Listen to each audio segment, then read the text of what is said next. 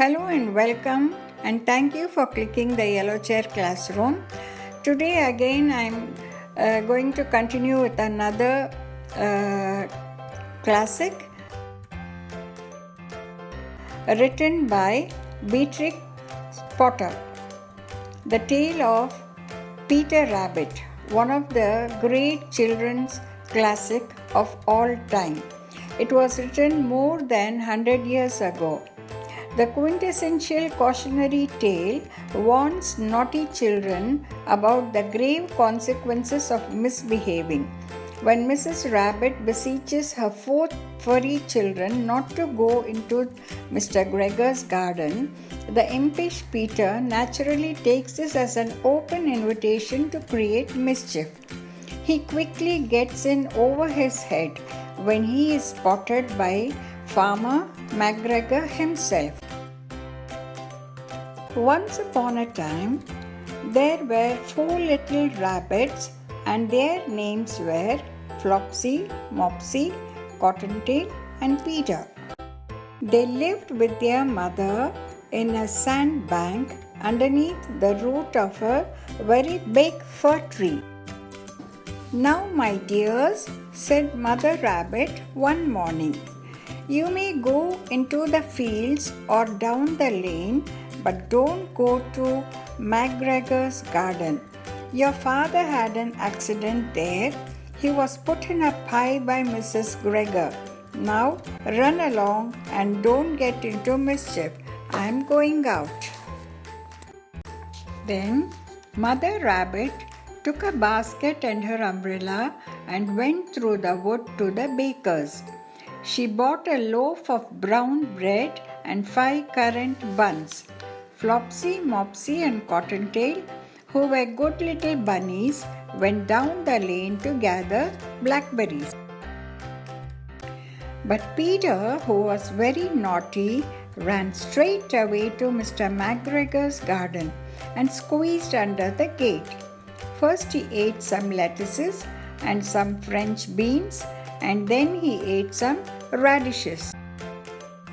And then, feeling rather sick, he went to look for some parsley.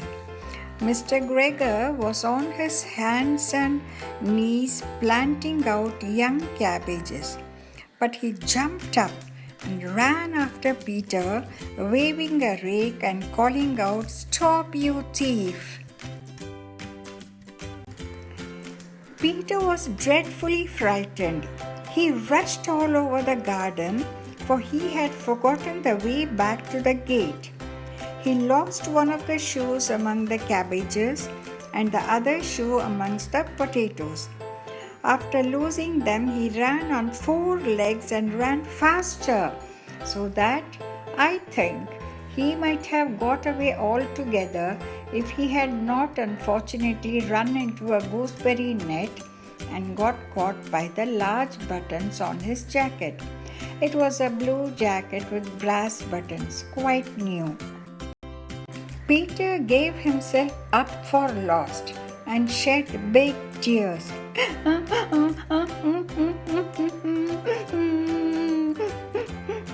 But his sobs were overheard by some friendly sparrows who flew to him in great excitement and implored him to exert himself. McGregor came up with a sieve which he intended to pop upon the top of Peter, but Peter wriggled out just in time, leaving his jacket behind him. Peter rushed to the tool shed and jumped into a can. It would have been a beautiful place to hide in if it had had not so much of water in it. McGregor was quite sure that Peter was somewhere in the tool shed, perhaps hidden underneath the flower pot. He began to turn them over carefully, looking under each. And suddenly Peter sneezed. "Crishoo!" Mr. Gregor was after him in no time. He tried to put his foot upon Peter, who jumped out of a window, upsetting plants. The window was too small for McGregor, and he was tired of running after Peter, so he went back to his work. Peter sat down to rest. He was out of breath and was trembling with fright, and he had not the least idea which way to go. Also, he was very damp with sitting in that can. After a time, he began to wander about, going lippity-lippity, not very fast, and looking all around. He found a door in a wall, but it was locked, and there was no room for a fat little rabbit to squeeze underneath.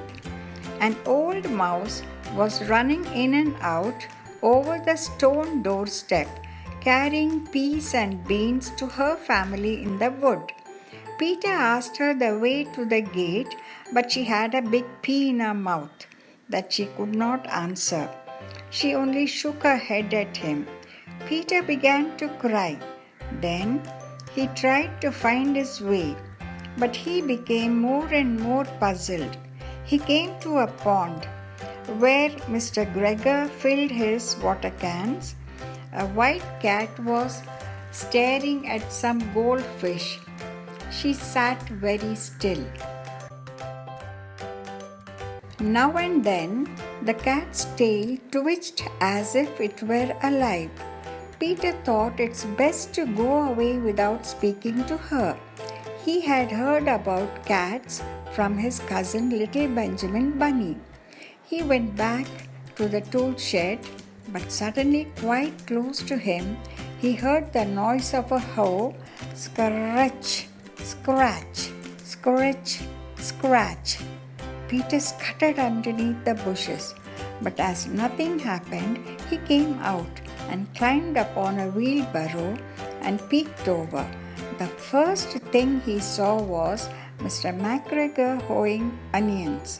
His back was turned towards Peter, and beyond him was the gate.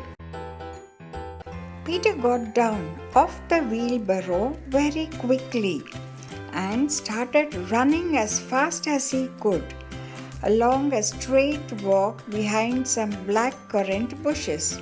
Mr. McGregor caught sight of Peter Rabbit at the corner, but Peter did not care. He slipped underneath the gate and was safe at last in the wood outside the garden. Mr. Gregor hung up Peter's little blue jacket and the shoes for a scarecrow to frighten the birds. Peter never stopped running or looked behind him till he got home to the big fir tree. He was so tired that he flopped down upon the nice soft sand on the floor of the rabbit hole and shut his eyes. His mother was busy cooking. She wondered what he had done with his clothes. It was the second little jacket and pair of shoes that Peter had lost in a fortnight. I'm sorry to say Peter was not well during the evening. His mother put him to bed and made some chamomile tea, and she gave it to Peter, 1 tablespoonful to be taken at bedtime.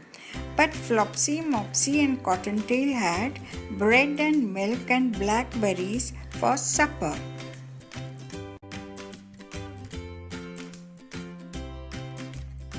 So children, did you love this story? Till now, this is one of my most beloved stories and I wanted all of you to enjoy it. There is a sequel to this story which I intend sharing very shortly. Hope you are also eagerly waiting. See you shortly in the next video. Please subscribe and don't forget to like and comment.